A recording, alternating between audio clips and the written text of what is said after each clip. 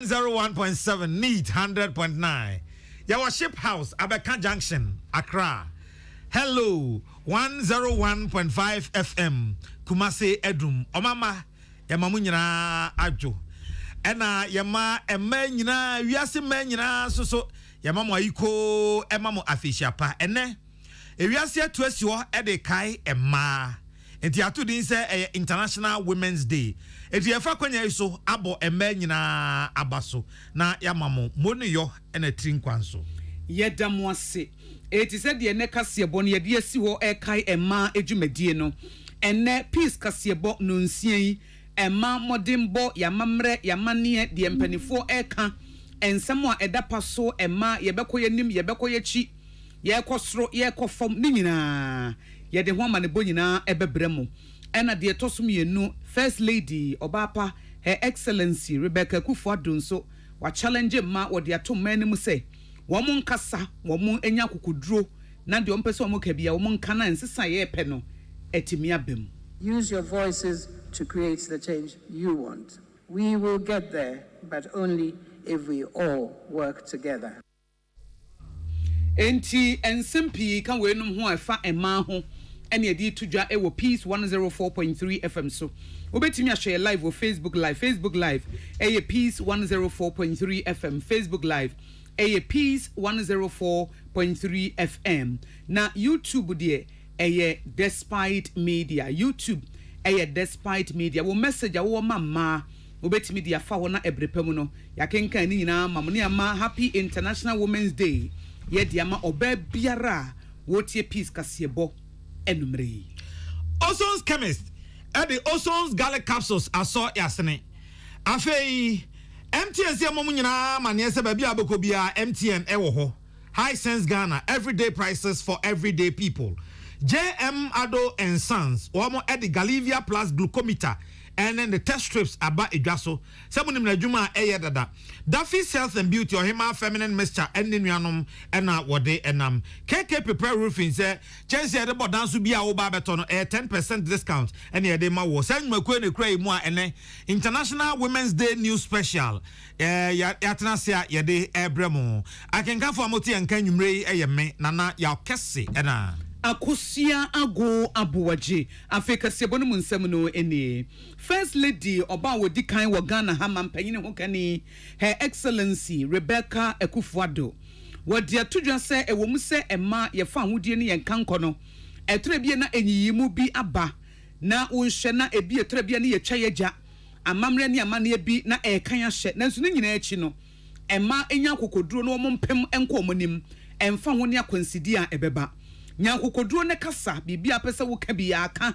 emfa ho nipa bia wo ka wo mo be kire o magene so pese o de wa ma no ebre wase wo mo wa no a wonsu wo bi na Her Excellency Rebecca Kufuor ekire mu say International Women's Day na wo shefen e wo Kumase breaking the bias and wo kire mu say ema bebre no a wo mo hiamo a ebetimi ye pia wo mamako wo monim na wo matimi eden sesa abawiase nanso tore bia na eniema bi na ekutia saa ema no nanso obehye wo mu nkura no wahye wo mu den se ne wo mu nya kokoduro gina wo na so no wo mu ya eno ene beboa ama eniema nyina nso akoyi. If women are integral to peace, why do we largely exclude them from peace negotiations? My generations and generations before me have put in their time to address these biases. The Equality Front needs new blood, renewed energy, fresher perspective, and a new kind of hunger. But we have a generation that is presented with technology and the immense possibilities for intense activism. At the touch of a button, at the click of an icon, you have access to the world, including decision makers and a network of like-minded global citizens. This was something that was unimaginable decades ago. It's time for you to negotiate your way to equality and the removal of biases. I have no doubt about your ability and hunger to do so. Use your voices to create the change you want. We will get there, but only if we all work together. Her Excellency Rebecca na Okaiko Ekufuor our first lady ewo Ghana ha ene yete kasa no wiye ena ono abufrema akosua opare awo no ena ye chief justice ewo mampanyina Mr. Mo chief of staff ewo mampanyina tenaye wonu su chem say ye free senior high school ba ye UNESCO 2020 report ba ye say free senior high school no ama emayiwa bebre wo makosuku nenso eba science technology engineering and mathematics eya na emade no wo fom. Education is one of the most important aspects of human development and eliminating gender disparity at all levels. According to UNESCO 2020 gender report on Ghana, enrollment of girls in senior high school over the years have increased. The free senior high school policy, among others, have enhanced equality in education opportunities, which relates to the SDGs that seeks to promote gender equality and empowerment of women. However, there is still great gender disparity in higher levels of education, and for example, in subjects related to science, technology, engineering, mathematics, which we now call STEM. It is time for the younger generation to rise up. We a chief of staff at the presidency, Honorable Frema Akosua Opare. We na vice chancellor Kwame Nkrumah University of Science and Technology, Onusi Oba, Professor Rita Akosua Dixon, and so do we too. The question on the table this year is: are we all ready to imagine a gender equal world? A world free of bias, stereotypes, and discrimination? A world that is diverse, equitable, and inclusive, a world where differences are valued and celebrated. The encouragement is that yes, indeed, we can. Together, we can work towards the eventual achievement of gender parity and champion women's and girls' rights. Vice Chancellor our Kwame Nkrumah University of Science and Technology, Professor Rita Akosua Dixon Amaneboy, Otobrosi Kwadwobo di Kumasi ene de ebae. Na International Women's Day once a year. Enene Ghana emrashebedwom wonom sheda je brankasa ema ma ebo ema basonkanka ene woni a ye ne won wo Ghana ha sei se omaye bi pa na edom kese no trene abedi akire eye ayawa so West Wogon emrashebedwani ni monyamfo Lydia Seyram Al Hassan ono so kire se ebraso se niema bia ye tia ma e wasetre mu no ye hwe ne yi nakwa. Female politicians continue to be maligned. In this day and age, Mr. Speaker, women who express interest in politics are subjected to insult and cyberbullying. Evidently, there's more work to be done to totally bridge the gender inequality gap. Our success or otherwise in the pursuit of this endeavor depends on members of this House, particularly my fellow female members of Parliament. We must work at all times to project issues that confront women while urging Parliament to pass laws that eliminate cultural and institutional barriers that contribute to the widening of the gender inequality gap. Onmonyamfo Lydia Seyram Al Hassan ena kasa yi na Ketu South emrashebedwani ni monyamfo Jifa Abla Gomashi enso so kasa kan say enema ya hyedade asisi akwamu ade we oba ntimi nye we mema nko na ye ne ade no esese Ghana ye hwa ase ne ebubu sa ne ma ne nyina afiri ho ne ma kwan na omso ye ne ombetumi ayo. Of this House, a happy International Women's Day. I particularly celebrate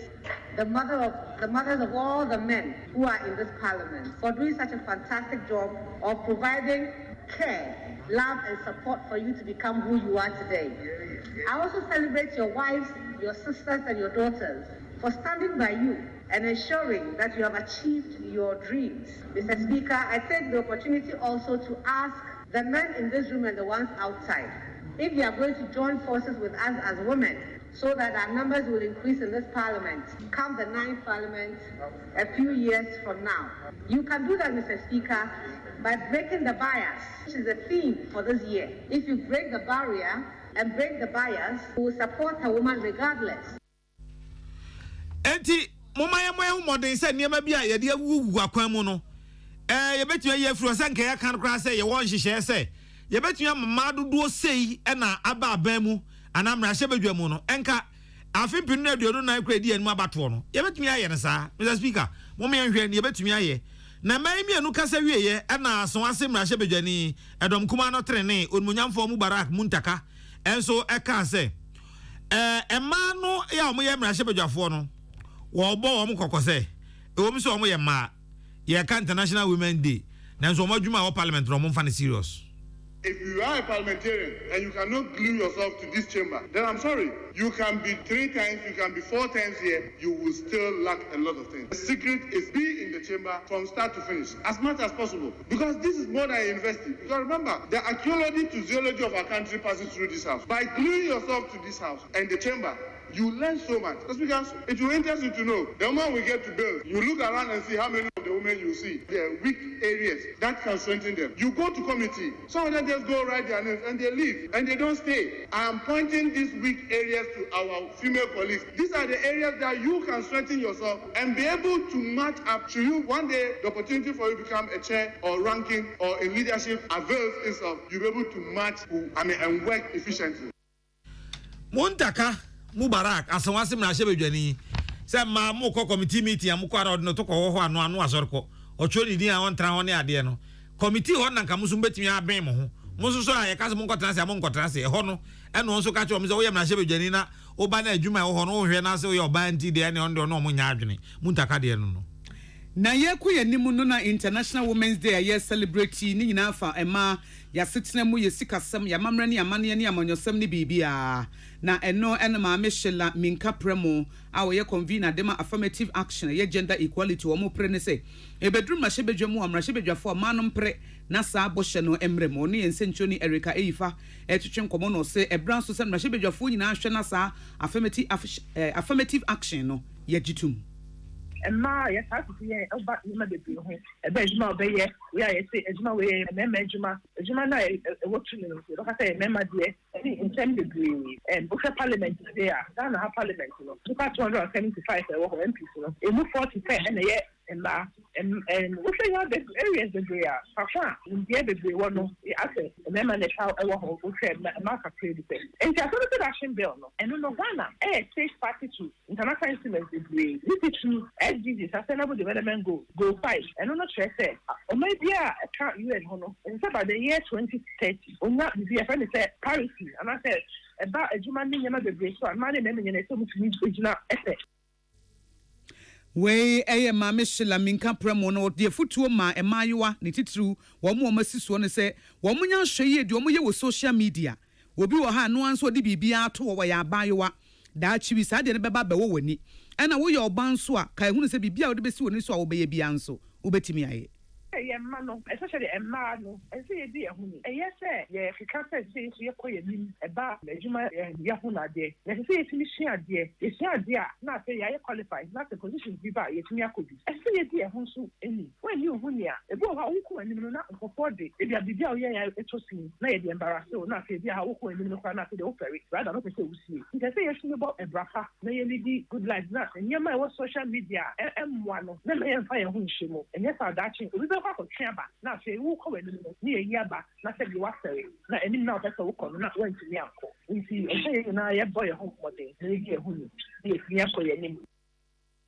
Mami Shila Minka Premo a year or noon a boa, a quiet fan affirmative action, gender equality, and no chair Najure Ama Erica Eifa Edebre.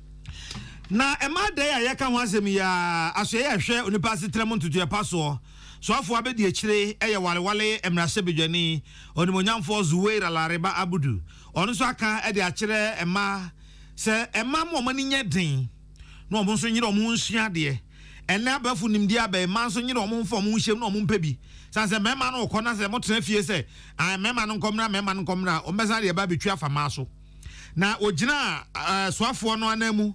ne asoye ni nyina anamu ebo ma nyina baso nkanka ne Ghana ma se momo modern se ne be ya akanie dabre ewo ebusuam enyumam ekuom ne ade no ema baji bi ne ba na sanso na eboa ahye modern. It has been proven that climate change can have adverse effects on women and girls safely and security, which tends to increase the burden of their unpaid receptiveness of greener sources of energy, as well as their power to change consumption patterns, women and girls are also early adapters to new agriculture techniques and first responders when disaster strikes. Climate action cannot be successful and sustainable if it does not adequately involve women and girls. Therefore, to incorporate a gender perspective successfully and effectively requires that women and girls have equal access to information, knowledge, capacity building, resources, and technology, which are prerequisites in influencing climate change in Ghana. Onimonyamfo Zuwaira Laraba Abudu, where Deputy Minister, Ministry of Gender, Children and Social Protection. Na nasemwachi ebra obodwa na wototo adwena hwe kwan ebefa so abo ama na pagya won dibremu asetremu wondodo ewo man nchichire mu no ena mrahye bedwa mu ekuo ya eno so na hwe onipa asetremu ntotepa esem so otitrani kwabri is mrahye bedwa ne Francisca otimensa enso ka se ya ka se Ghana mrahye bedwa no ye mrabi na nyame ya adom a enche kora beba eba ebeboa ama madodo a epese ehu o mrahye bedwa ne miamia ahodo no ye hu ne saa Sha, Masha Bedram, you near Mabibra, yea, man, you bet to me. A business say, advocacy. Young Cassie bet to me out to a Musio. And I encourage a man to send a bear, Nipan and a Bomo Bukrana, who said Masha Bedram, be to me upon and him say, on no bet to me, yes, sir. Apart from that, and Rabbi Anna, a trusted by now, care to me, Ashisha. It be a affirmative bill. Spousal rights bill, interstate succession law. Per se, a modernized law, a bit me a protected and my interest. And I believe when it comes to gender equality, as a parliament, we have a long way to go. Ononyamfo Francisco Timensa ne kasa ne kwakra mu ena mahima osudoku na nanmatra nkonya mahima ono a ena osan 810 ema Ghana ahima nyina wo mo ekuo no nana amponsa dokua ya otoso miensa enso kire se saudi oba ehye bibia mu a ewie peyo na ewie nkunimdie enso ene International Women's Day tine ba se esi nyina ye ba ne ebe bobo hu ne ehwe se be ye be ko akoyanim na team eda so me depa o si break the bias na me bisas adan na bepem ne ye san esusu hu adwen hu se se de ma e kamera ye hye mra hu ana ye fa adwen hu ye hwa Ghana mra bebre o ho a ye be sha ye fa ma anye de enka ho enam se me yo himenti meka sa efi be bia ahima na ahimfu asem ewo wo hwa Ghana ha bebia ye semra ewo ahindie mu ema enka ho fi a traditional area Baba regional house national house de enka ho asem kra ema nana amponsa dokua ya wotoso miensa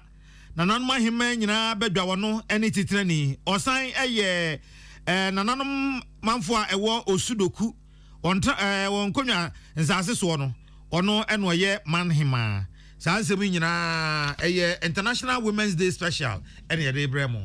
na International Women's Day ye ema da ye shefa kase peace kase bo ye nso ye fa to ye hu so ye de hye mani munyam yi ne nyina fa ema setremu ye die sikasem ya mamra ne amane ene amanyesem ema modern ba omobo ewo wiase nyina na afibia ne ye hyefen ma ne ye akono na afidi de botaye nyina ne se ema no mpempenso ba biom pese omuduru no wo metimi aduru ho na ne ma bia ye ti ama no ye betimi ayi afiri ho break the bias eno ne asentra na edaso na nam so ma peace en sentro ni Benis Boatin we to na moko dwaso fi se ye celebrity mani wo mo muti radio so wo mo muti office ne ministers ne civil society organizations nko ya ma me no mo tonton ne ma wo kwan ho ne ade nyina ekobuso wo mo se na monso so International Women's Day no munim ne yakro de munim se ne ye hyemo ne onyama bra mo no nam ha ebi ton bofrot ebi ton nsuo ebi ton handkerchief ebi ton A1 bread ene ade amokwa amobai munim se ene ye International Women's Day na se no mo de to Benis Boatin ani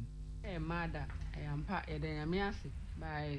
ebinim wa ma ne nkra especially nkra chitu nkra ne ma omunchitu yenye kra nti se ne yakabum se ne ye mada ene mumen celebrating se edenyankopon ase say na ye madi ene mitimi say bi mu ate amai no Nyankopon na onko so moye ho ban na me mama nyina so happy Women's Day. Actually, enye sisi a woka kamini because me hu ade bia like a man dash onko and say bibia e show say na World Women's Day. All the same na betu yen nti no e was say ye keka ye ho as ma ha and ye yenda nti and that day ye special ma oba bia. I was saying that ye hu say ma ye sombo. Ha ye sombo wi asimu. Ye hu hia pa without a man no. It was say you respect your home as a ma, you who how I assume as a ma near bear my yen. I was say yes, so ye dish your dreams say yes, you bet to me. Me only now na oba kan government just the person I should me say na a mother. It's just say Nyankopon ala o mo aye no sesam maye na. Ya ho kire. Eti ye ma menom a omo nso nenam street mu obi nso nkwanchen ebi ton pan no ebi ton nsu obi ton niam bofro to ni ade meat pie ni ade na Benis Boate ni wo mkotwetwe nkomo ebi mu say wo mkura wo nim sese eja International Women's Day bi ko so maso ya ayehye obi so say o ye ma ye respect ye hu ye mu ye hu nti na de wuti ka mu trotro mu taxi mu a oba bi a wo ton ade wo kon no bofro to kura to bi ma no e say na ye mada wo kon no pan no kura no oba ne kutabi a to bi ma no wo kon no so oba no mu nsuo kura oba no nsuo so no atobi wo mo fruit juice yi tobi wo mo nsuo a de so wo mu bia eya na matobi amama no na akai wo mo say ene International Women's Day ne yato ade ye pa nti we de ma ne bi aka last minute dwa eti mo amote trotro mu ne taxi mu nyina mada woro ma mu tie peace kase bo no mo nhwe ho oba bia betwema handkerchief no oton tobi bo fruit tobi fruit juice tobi ensuo tobi ni nyina na kase me toffee se ne eye muda me konkro no bo fruit no ba wonti me to no madi na me de ya hye woni munyam na ye nyina ya famu de ya hye ma ne de National Coordinator no other monitoring and evaluation ano ewa bankesie mu mame gifty ohene konedu kane no another 1D 1F ano waka kire Ghana emma enkankan ne wo mo a etimi akọ onim ewa brabo mu ne se mo na superdi na enchirima nhwe mu nsua mo obi wo ho a watimi afefe kakra se be ya nkobeda suban papa bi adi ama nkwada no eba na hwe so asua no jai wo kwa adwuma pa na hwe so oba nyame adom no wawie school no wanya adwuma bosume akatua beba ohwe skirt ya hye no awode kwa adwuma mami tu omfirifi ana sa niema no na antigifti ohene konadu kase ema no ye pre mama se ma ye mama dodo mrem ene ade se unya dibresa no ada supedi na manfo hu se oba de odo ade eja na onwia oba anya kromfo wahu nti se ya no mbi nti sa wo ye ne sa no mo se na akwa yesen na ho se sanka ade mu de mema ndem mfa mema no san se oba tan de owia hia onwia mpo watiase onwia kra na Abraham give to hine konadu ene pious be du banse na twetwe komo ene o chechire mu de nti a o kasa asemu de a kire ema yam ne kasa honte bibia ye bia honte so that a man meme nyina almost share bibi papa awo ye ho if you say society na ye build ye ma ne ye build the society a man ye and a ma society ye bibia ba bia ma wo bia ho ye yi a man makra no montie a man fufa a man hweso mom bra ya na nyema tosi wo mabrabo me na ne kan wo se oba bia opeso hwe ma be hwe no ye kwasampani krasa den a odida gotem na wo se baba boso hwe ma be hwe ma nyina ma nyina nya dibia se mutie president Kufu a bi oye interview se ne maame se omudin no kra na omfa e man din bi fa nka om a ono explain se din Kufu enya ne papa edin na mum eye efie odin tini ba bia no fa fie odin ni bi because maame no play key role oh my life na antigifti ohene konadu eto aso se ya kan nyina no so ya na ema so no sakakra omo ho amomu afie na masika nkwa agorododo wa yire ne nsa tawe enura ya ne atua ne kawo enso obefie no asan ye nim te se de hwi ni ho no wasan bepe wo ebi kra na be ma no kra nya ntua ne kawo enso oba na kan nsa yire so te se nkita gene no enti wase manso ya mongomu nsam kakra mfo musika moa esore a esi ni adaje ni akotene dwom esore a esi ni adaje ni efa ha ni etontuma ayi ntuma ni oba se oni sika kokohwe ayi ntuma nkwa wo yenya saa niema ni emfa ayi efa mu afie Emre bia ni ho na say Bible nkyerɛkyerɛ nka sɛ bere ni nyina nkogu bɛrima so sɛ bɛrima nko a ne sɛ oyi chop money ɔhwɛ wuri anaso ɔhwɛ wuri nti yɛnya daagye na yɛsika kakra yɛwɔ no yɛmfa nhwɛ fie yɛmfa bi nhwɛ ma yɛmfa bi nhwɛ society na yɛbuild society papa yɛmfa nya hɔ ma nkyirima Mame Gifty Ohine Konedu ono any penna wada monitoring and evaluation secretariat ano Pius Beidu Bansen adaroma any sakata asemu yeguso celebrate ma Owurari Sandra Opoku ono na director Matema Port na odi atudwa se wo besre pa se emma ye wadoma chede bebre ewo yemu a yebetimi dia ye adwuma ebeboa ama asesemu ni sikasemu yedie akonkan woni yensentro ni apia danko rock fm twetwe nkomo no se yema ohia brase na yede niema esisi yie no ebeboa ma niema papa wo mamu nyina creativity ni ade nyina apie ama oman afa ne ntoma pefra na Owurari Opoku ekansanse mebra International Women's Day wo mo celebrate na Women in International Shipping and Trading Association wo mo nkekase ni wo Western Region ana okokansanse mu yi Kakra do 15% my wom. And so one my one management positions so there ebeye aduasa percentage aduasa until that's 30%. Until yakoye nim kakra na ne ebehwe se ma no so ebekeka won ho e de won ho ahye niema first ne ebeka se we de mema adwuma no na ma no so emfa won ho hyem na emre no so a mi say no na me ye madwuma man kolo bi se me pa beye director of port na so na ya mesese me ho asie entuemre no so ye no kwan da ho no na ye de maame enti no na meka kire ma asam onye mo ho ya mu ye bia na emre no so a onyame akasa bepejam nye se bia wo sori ya na wo saka na bi ye adwumaden we a director of Temaport Owurari Sandra Opoku na we na Western Regional Minister Honorable Kwabena Ochida Komensa wono nso sre ma se ema wo mada no wo nsore na empanini dibre no wo mfa nkuta ana ye ni jamba na is half of the talent when age man he will be also talent amagana akonenim so in the maritime domain there numbers ni suade now so they've been able to increase the number in the last 7 years by 45%. We want to see them moving the numbers up to about 100%, and we know they are capable of doing so because a maritime domain na ye wana business e womni nya no bro bi ni wa oba ntimi play bi and the okotama porter director na ye oba takrade ya ye captain baako oyoba oko aminima mbawo so we strongly believe say possible with women in the maritime sector and there are special International Women's Day my advice and say women should not wait for affirmative action before they show up.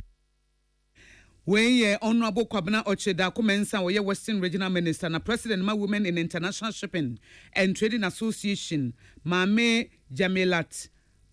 Jawula Mahama wono nso edito ma anim se eman so enhwe se enkoba se efie adwuma nko a omfa office adwuma no nso nka ho ya ana enwumre me koda me ye me ma aduane a omude be ko school me hyehye wo mu uniforms me kru ne ode be ko adwuma na ma hyehye ni nyina ego ho nti me sori ahamachi na ma ye ni nyina fefefe na ne na me de amerika ko adwuma me duru adwuma mu a tenase a madwen eda hodin na ma ye ne e wose me ye ti saa na ni nyina ye hyehye ho planning na e ma adwuma no koso bayi wono so nhwe ma ne nkase ye ma enti sei ana sei there be onhwe adwuma no se akonwa bi koda ho a ma ne hwe mema ne nko a e ma no so tumi tena ho eye adwuma ti se me speech a me ma ye se Esla van der Lion o ye adwuma kama o ma o kunu e no ye na adwuma nso ni nyina ye koso. President ma Women in International Shipping and Trading Association Mame Jamilatu Jawula Mahama na apia dankwa Rock FM no dia maneboyi ebae Yegusua ewo ema ensem na aguna wesem rahye bedwani kane so afo na ohwe ma onipa setem ntutu epa ensem so odimonyamfo Cynthia Mamle Morrison enso say ehu behia pa sesese yema ma dodo eba Ghana emrahye bedwam na gina bia yesie enso so yema ma no no so sanse ma na ye do mo ye man na ene a ewiase nyina de esi ho ekai ema ene adepa wo mo eye and a Ghana Registered Nurses and Midwives Association. Wamo eto nsafre no ono so den munyam kota akire ho and what is asem we etu edwa. besiafo yen take up any role and yen challenge ye pem besiafo bebre wo parliament oya ne hu nti wontu momba ye be mentor besiafo ma ya dodo wo parliament cause oba decision making and besiafo yenyim ye ni so ehwe nurses na midwives a besiafo na wo doso won na wo ja won na wonyinsa na wo wo nti wonyim mesa batan yeti ti besiafo dodo no bo join wo parliament dodo no bo join wo decision making table na ye magana onfa ne tampapa mfra.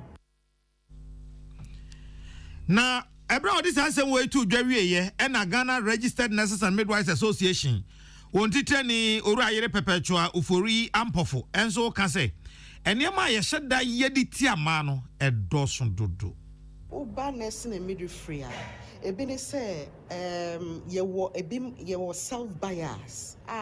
nipedua no no ankasa na de saa ne man esi ne ho kwan ene ye wo bias say wo within the health sector. In the profession, the highest peak is to be a professor in nursing and midwifery. And only I said dodo na ebekwa akodu ho bibi ensi omo kwan. No biases within the families, within the society, within the communities, within the health sector. And nise bibi ensi omo kwan se na be ya ebetumi akọ enim akodu the very top or the very peak of our profession. One kasana was so shown when say you have to build your confidence, you have to be bold, you have to be ready to take advantage of available opportunities. And yes, opportunity no be do hold now when you're prepared. You have to be prepared for opportunities. And to one kasana was so self-learning opportunity how to be called one kasana school. Take advantage of it. Ora yere perpetual for ampofo ono any titani Ghana Registered Nurses and Midwives Association ono no this ansem we say etu ega. Now Western Regional Director of Gender Maribel Ekyokun Okan wono nso de ato manim so obesere omo so mo potentials pa na womo entretre mu emfanya adwuma wone apia dankwa kasa na wochim se ema bebre nu ano esese ye show mu nkura ni kwan so omo nso teda omo nso nsore wakamfo omo hyebre ensho omo nsem na amamre ne tete kwa asem bia etwemu no ema ama ho kwan ma ne nkyekere wo mu. And one of the barriers that we have to break. First of all, speak out. So we could be saying more. If you know who need a hunyans and be no a dream be to go to the appropriate quarters to seek redress. Omit me out wow. Omit me out no kuna so pattern nakasa. But say abusive to the extent say be hard dream. Go to them and they will know what to do to address your issue. Main genius to say obia so person oh. So see out name aware no muna who is going to enjoy what you suffered for. And you love yourself first before others can also love. Enye easy cra. Enye easy. Combining reproductive roles and productive roles no. Emma say multiple tasks. Multiple. It me enye be at a time. But mal be brace be catch will say enye easy. Na sign cra na enye be a boy friend labor saving equipment e bo ama. We eye Mami Maribel Ekyoku Okan na wo kire mu se ema no nyankokoduro nkasa. Wo aware ase ne e bro. Eno ansa wo te ho. Yi obi asutire na ya meje osensi ye bebru wa kun wo woni obi wo relationship wo se wuja me amekum wo be kwakobo police fo amane ne ache no atomu no na nenam ho se misro sa ne mane mane nyina no e se wo ye oba wo de wo ho be ma wo pe e na wo befa no Inti se ne International Women's Day a yen buye enkoechi enkohwe ne a ye ya anye ni yenti a bebe pese yedu ne yendu ye ne nhye sapo mu nsuo Ekudin de be boy and yetimi achieve the gender equality for a sustainable tomorrow na Akan. Say ne ye ni ntimi anya. Ye na mama ba mbetimi aye. Ye mama ba mbetimi aye. Until we need to socialize our children na mo ba ne say they have potentials, be it males or females. Say they can also be where God wants them to be in future, but they have to put in hard work to get there. And a bias is beyond so ekos we film, ekos we jumamu, ekos we mantema Emma so nkoso mesre say need ma yentra ni yentra so. Western Regional Director of Gender Maribel Ekyoku Okan ene kasa ye na apia danko Rock FM ne dia maneboyi ebae. Dr. Joy Sai ono enwoye penina woda Salt and Light Ministries ano apia ti disaster fan ono anso so eneda no waka kire ma se emama omo so pa se be ya Akan ye sunsuma Nyankopon de hye mamu no omo ma no enye kwa wo se man sorry omo sorry pa na nyame ebo ema no wodi bibi soronko ehye mamu ya che se oba bia obema wani abre na obepre ahwehwe saa de ru bohu se nyame de akanni ankasa ena ehye wu mu etu ase ema se eche akanni rabra mamo ngosi echire mongo hinta munyi mo homra na yemfa bi nhya mo nsa esan se obaye a oye ma ne ye fe na unyinsen wo a eno nkyere se ontumi nye di saa nyoma ne nyina ye beja to da bi se oba ho nye de nti adwuma bi wo ho a ye ma no ye mefa se nansen se ema to me cut trucks ema to me ye auto sprayers ema to me ye enyoma bebre nti no ese ye hunu se enyoma pii esesa na ese ye nso yesesa nti bi nua no ma onyame boy enso mpo enyoma odi ahye yimu no dooso ebeye ya se enyoma odi ahye yimu no yentumi mfamwa ma oman enkoso ma wiase enkoso nti mo de mo ma ye mfi ne atwa moko na ye hunu sa anamo na se yetu na ye nso ye nyansa ya hoden ya dwene ne ade aye wa ye betumi di aboa efie e betumi di aboa asori oman no edini nyina beba. Dr. Joyce in this assembly etudwa na Forestry Commission a man na wo no so akomo ho abomatiku penna wada no eye Rosalind Fosia Ejeyi ono so ne Peace News etwetwe nkomo na afia ye thank industry ye de enchise bebregu akwemu a ye de bedi ye ho nkomo a ye de beye obi kan say celebration na ye hwehwe mu na ne hu say COVID-19 EC statistics ni chese e ma abre wo kwan bebre so ebi omo adwuma abo omo ebi nkwala tifie sebe omo behwe omo nkwala school emie ye ni nyina eyo how into how best can we support the women ye wo and say this our topic is navigating career and motherhood even in this COVID era I afraid ye mama Dr. Joyce I ye say wa ben pa e wo sa and she mu obetimi ni akasa she has a lot of experience achen ye kwan bebre betimi afa so betimi akoso aye ye dwuma na yasan so aye ma asa ne wo se ye na enen so aye International Women's Day ne so ene yenye na ene mum both we Forestry Commission Emmanuel Ohono Wamo Penny Rosalind Fosia Ejeyi and International Women's Day and also so it is the same way etudwa na Chief Executive Officer de ma Abronoma Foundation a non-profit organization mujumedie no omonye mfa mpebosia omo pese ma yedie konkan German North District e wobunu region na mami Linda Nyako Yeboa ena edan wode afutu amama so obesre se ye nyina ye yire ye ho no ye nhwe se ye bepiepia ye ho no ye nyina ye beko ye nim pepepe International Women's Day celebration ekosu na mami Linda Nyako Yeboa HM se niema bi yeti ama na mamre ne amane ne niema no yenyi saade ne nyina emfiri ho na emmoa emma yenkonkan yenya enyiyimu a yetia emma na se betimi aye saade we ya na wo se ye hyase efiri fie kwan ye fa so tete ye ma ye mama ne ye mama no de ne ye kire omo de ne de hye omutim empo eba ade ye wo fie a se na osiche no wo makwasi hu so ono so pere ye yi owuru nguku ye yi na wo ma akosu ya nso hu se enye kitchen ana jade nko ane ne tenabea na adwuma bi a opeso oye no ode na dwene siso a obetimi aye soja ni no bi obetimi aye police obetimi aye doctor obetimi aye adwuma e wo poso enti no emma ye mfa nhye ye manitim se sei eye oba adwuma e na sei ye be ma adwuma ye we nom frimfiti ase na omodi benyini na omodi nyini nso a ebebo ye communities no na abo ye man ni nyina we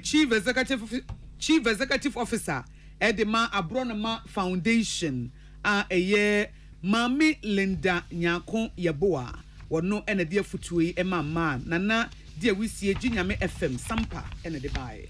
na Kachi West emrashe bedwani Honorable Helen Adwanto so wasi Ghana sikasema to api nyire tie senka ya the finance minister no ma wo ba ho ngenye ni se Kenuforiata tuwe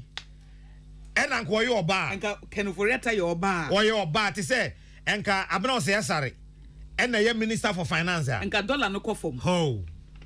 enka petrol no kra ya ma America for de so ate kasa America petrol no kra enka liter na ye be 2 cedis kese enka obeto to niema ni obeto to mo hu se obey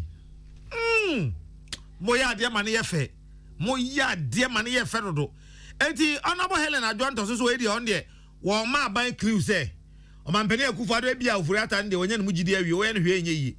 na ba foforo bi obaba bia da ache no aya ompe oba no fa finance minister no ma no Who say yesika sembeko yi. When women are in positions, Mr. Speaker, I dare to say that they do better than. Mr. Speaker, I also dare to say that if the finance minister were a woman,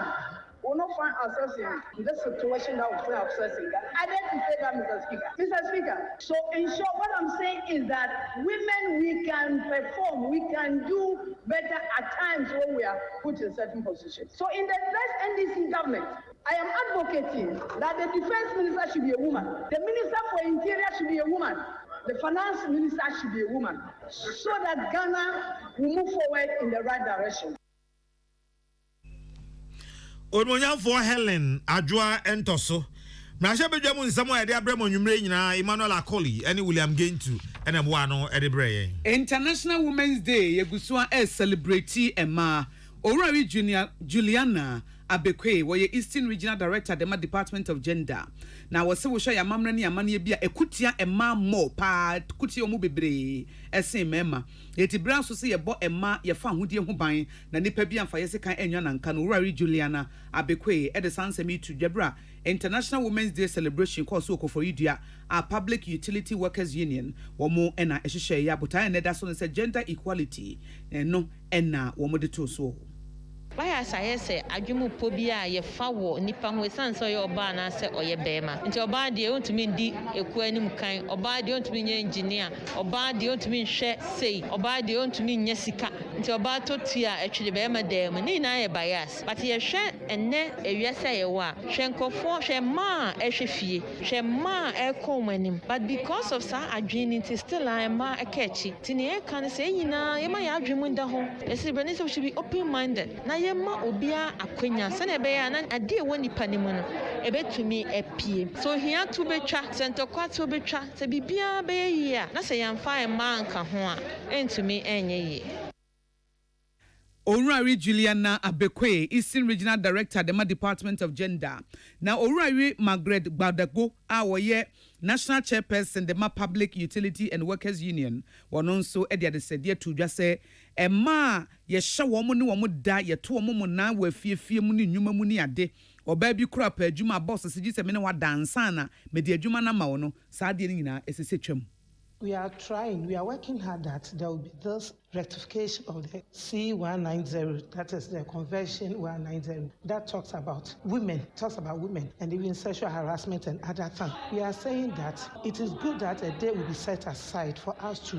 have a memorial, think about ourselves, and we cannot do this without our male counterpart. All that we're asking is that breaking the bias, making us feel equal, have equal rights at workplace, at homes, everywhere. You can attest to me that recently we hear of a woman who is a president. So when a woman is given the opportunity, if the woman is given a seat, she can perform and perform well. We Owurawi Margaret Gbadagbo, our National Chairperson, ma Public Utility and Workers Union. We na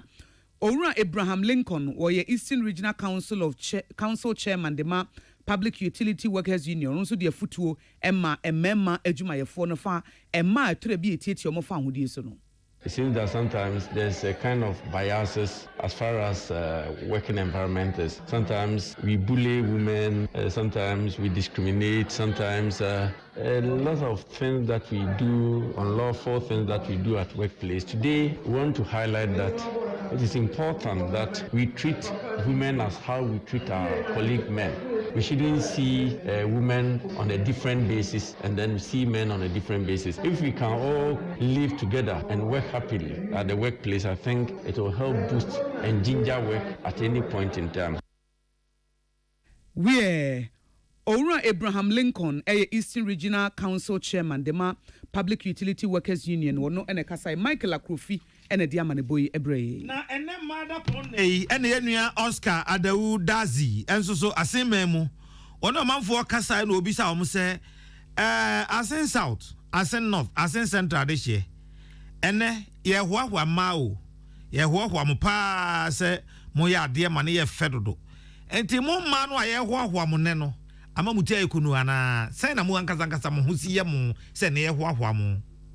me the pass from ball me say me your ba say me wona me mba so ye ni petiti no maboboa Ghana e bi a man bi a ma me ma kono e ma kwa so a e be yi ye mani je pass Yankopon ball ye say e ye mma mani je say Yankopon ball me ba oh say first oba de friends ya ball ba na beba asase so oba be wo ahye ama edoma asase so ntine ye mani je e mani je pass nyame ball me oba ma de da so nku bebre wo me ma fano oba na me ma tene mukura no uja akwala ama be ma just seconds mpa na ho tete no be fa aba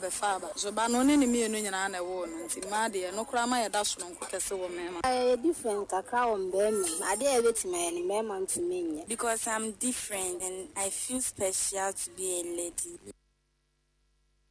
Nana we one me media na enu achi na Oscar Dauda ze san bi sa mema nso so se ene ye ma no da alpha Bible mukra Yankopon ebo ade na fiase no obo emma eka mema se ne be a omeboa mema o se boni bi o ha mema betimi de be hwe ladies na omuntimi ni sa boni ntime e hosa ne ma emma hu hia ese mema ama hu hia nse omoboa yen fancy fiade ye omusan so boa yen efie fancy yen kwala na hwem he uni akira uni fie obotumi ahwe akira mama oba kakra wo no so odi aboa no wa mboboa yen me yeso ablabo yen akoye na mo de ni baba wiase nti o mu hunya ba e ma de hunya ba because man ka ho a wiase de ni say from ni de ni bibia nde say man na because ade bo ni bibia efi ade ye ni say bibia no ma ka ho Oscar Adewu Dazi ena anyway free assignment ebre na Deputy Chief Health Tutor wo Konfanoche Teaching Nursing College ENT was a philanthropist ora ye Cecilia Opoku Ajeman wono nso de ato gender ministry ne district assemblies anim so mo nyina nka mom na wo mo nhwe na ebra ye celebrate emai teenage pregnancy streetism any san ye mane ma no ye betumi yetu ase move ne de nke babo pa because enkwala ne bebre wo ha ato kata wo mo nhwe da nim eliema ekoso into NGOs and gender for women and children ministry organizers and my a bit being Kalani. I'm woman who says, say, me, that a boy, and I say, and I'm all saying there was a need to that a dinner for if you're not the Senka buying a boy, na sa into a course of district. In Krum, any Vinakasi anymore, in Quebec-Wapa, Manqualano, so any we a Deputy Chief Health Tutor, Konfanote Teaching Nursing College, ENT, where a philanthropist, or Cecilia Opoku Ajeman, no, where the Tuabatani Ashofu and say, Yenina yemfa parental care control mra, na yemfa moye mahubain. And International Women's Day. If you talk a crime, a development for me say, oh, young couple, a boy, not a winner, a bar, not a deck, a was a your mamma, manum, and then your for a teen quack, and the Naya catch you almost say, young couple, a chew, a deck, a shake your Maya manu, you need a cool, this because in Colana say, I may any uncle more. Yeah, I did be our we ora Cecilia Opoku Ajeman and Nana Kwesichre and a diamond boy a buy. And a mother internet the enumere no nzian ye shada de si ho emma emma kasa ba bia omo nenam ne ade a ne aka ho asema na akosua ara ho sema to oba bi na ara ho sema to oba mame adwo akento ewo nantwikumiye ye wo babi ani wasi efie ye wo madankura num ena ja wode bia ma amanfo ahan a wo tete ho mu ya ne se gya bia to fie ho mumro mum fa ha o munya ne se hu ya ne se drobe na ye nua jadu ewo stylish radio ewo babi ani wane maame adwo akento etwetwe nkomo bisa ne se dia poti ne siye Blada na echi upiada ndawana eja so me mpuma mu ho ye so mpuma na ye mienu so ha ye hu ye na ka se light mpo na ja ya na dum ye kwa fa mfikyira ho ye hwe se petrol gallon buruburu nketo mienu egu ho na no so ye sesae no na me ye ka se sad nya light petrol de ho aboba ti esa na mka kire man se mko PlayStation na mko ye nti ne na ansa so fiada eno so me wodwom na mbefra me se ya sa atuja ne biem ti dan mienu ahye ama mu no ma nyina ahye eti firi ho na se yesuro nya hu ni pa kronti ne yesuro eti ya na anwudwa anwumla ne akọ hotel ne akọ akoda saa eti yakoda battery ya ne asọre se ye befie we ya ba ye hwe se nwisie efie mu chasi na atiti agum na nkrofo ejina ho na omde wo mu hye ho ne omo wo mu hye ho no omo wu eti ye saa na e ka se o ye nhye ho me ma ne to so mplensa te ba saa me nkwala akọpe baby abaye ho adwa na enu achi ena babia ni municipal fire commander DO3 Joseph Amihire e kan say ye frɛ omo but no omo car no am betimi de akwa kodum gya no car na say na nze no kwa na kan obi ma na no youth no kobo omo no enu o say omo car na say enye omo a no address ya no pa frifie so okwa adwuma egade na ha no say ya friend say eja ato obi fie mra ko mbekwa kodum ne ntem okokro de na ekọ okọ ne say car no omo de bese nsu akwa kodum eja car na say e obabia ni ho asay enya adwuma enti ya na maburu so nya ase mubu afuo na moye ya na mo bo fire fo no eja to babia mo afre fire fo no mbape na mo twa guom so na mo bo omo mo to guom so na mo bo omo sa de mu nyai na ya na nya fire fo no mfom so Kenya running cause eja to na chukumia it's a domestic house. Our men went to the scene, although our tender is out of commission. Echo drew on, you will say the fire was an advanced stage. I just said nobody was sleeping at that place, so maybe it went on for some time unnoticed. It took a bystander who said then they came and reported. To me, investigation is ongoing. The cause of the fire is actually not known as at now. The beauty there is saying the Tuhan and China is also it looking at the region, fire risk in the beginning is very high. It regional commander can mobilize Adabu Kromge Edemai. None so you use and fancy and also develop a fort to hopefully by the close of this week, two need DO3 Joseph Amihire Bebiani Fire Municipal Fire Commander and what is answer mo itu yenu jedu your stylish radio e wo Bebiani enim nana ye di omanfo adwenkyere bana yemfamra na yenkwa international women's day celebrate ma eti madawroma ya na mo the messages ni na famfa ma ne ho na momfa emra na 21st clinic sciatica expert na sciatica expert 21st clinic nana Dr. Blessed Foster ono na 21st clinic koda ne maame afrim enti mana yakọ say ya wadai ena oye ne maame ayi na wo say wo na afrim a ya na wi asiasa na na abo asam so wi asiasa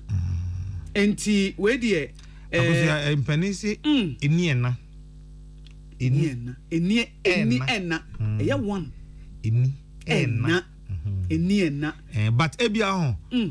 o maame ti ase a wo nhye da hu ne so mfa so papa but okwa but ma maame nko na be hu se asema me ka kuso de bisa abaya bia wanyini wawo wa ye adwuma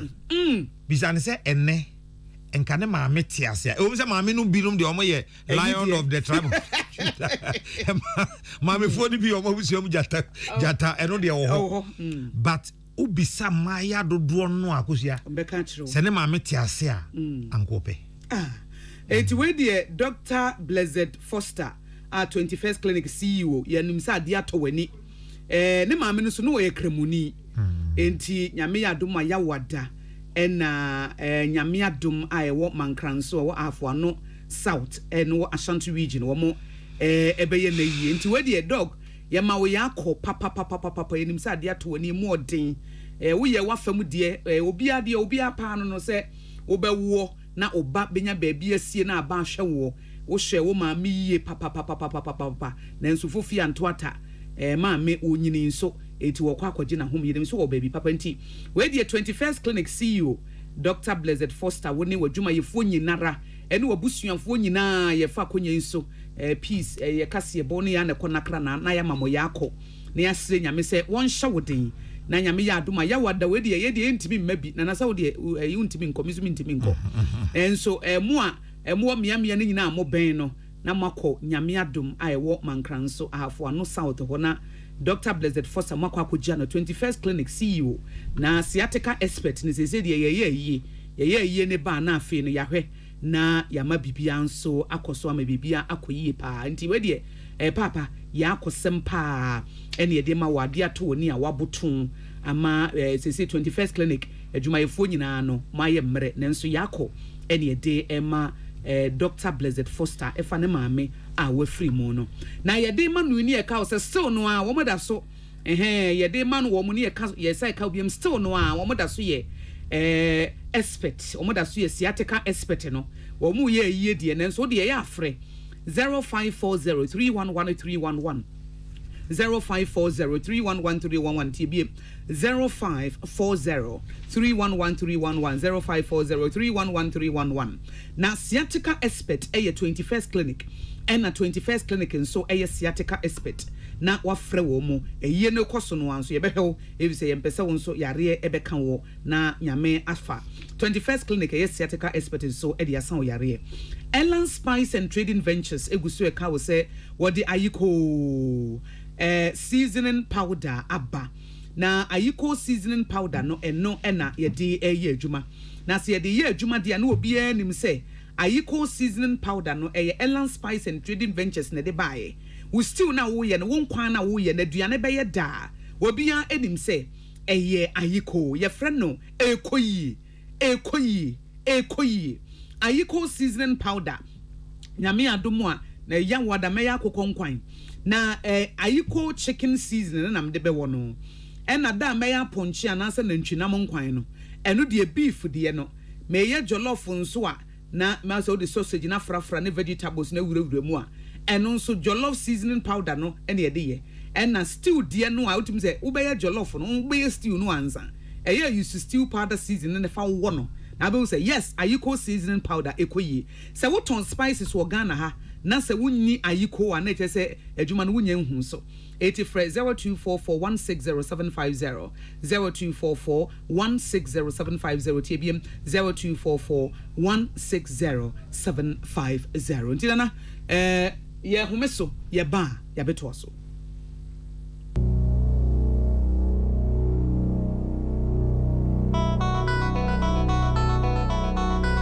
Safi we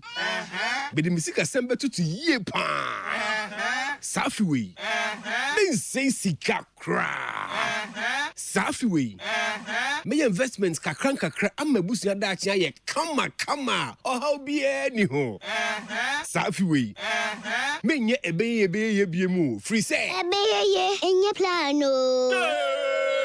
Sika ho fa ho die mapa no wobetimi anya wo onua dwen seba dwenba na tu anamon sisia ko Ecobank nkrabata bia e ben wo ana ko abefo ntentan so ecobank.com/swam na fa ho be dom dwumedie frɛ EDC ne ya was 0302634165 ana WhatsApp yen was 0595235065 ne any one share investment ahodo ase a ɛso bɛba mfa so ama wo EDC Investment Limited yeka Ecobank dwumako ne ho bi. Tune it in, turn it up, Peace FM, and rip off the knob. Nananti, adwenkyerɛ no de yenim samo de aba International Women's Day. Wagya ni na mame eni ade de nanso ye pon ano no but enkrofo bi the messages by mame hwe ba ko bi ono ne de no powerful but na na kasa wo kan agya bi a ehimfa na mekobi mami mie Peace FM mekobi okay FM se me wi ameko abrawo panti se mi bie no makobie okay FM amunhia me wo ho ewie ya na ye de nkomo no hwehwe so pa na na de nkrofo ye da mo ase messages amode ba ye nyina ye da mo ase na de na wo pe na nka me pe mienu bi aka na mami master planner I say happy International Women's Day with the man nyina ena nana akua mo aboaten ablekuma central no say happy International Women's Day and also the makusu agwa aboaje na Mrs Joyce Kesi nana ya Kesi wife or see anyway NPP delegates I work for me na Woman so should stop Miss Jamnim say and one adeba. I kiss me says she be quite no International Women's Day with the beautiful wife Ama Florence. I kiss me and anema my sister Salamatu. Woman in our donere esa donema me koswa do me kama. Correct score Zakaria and was say Sunyane Ghana at 65 MPP have and me say Jan International Women's Day would be pam mahu ni Akan so say happy International Women's Day or the ma eme wo wi asinye nara na ono nso dinchia ebre empani fontinana yedi si hana yada omanfo nyina ase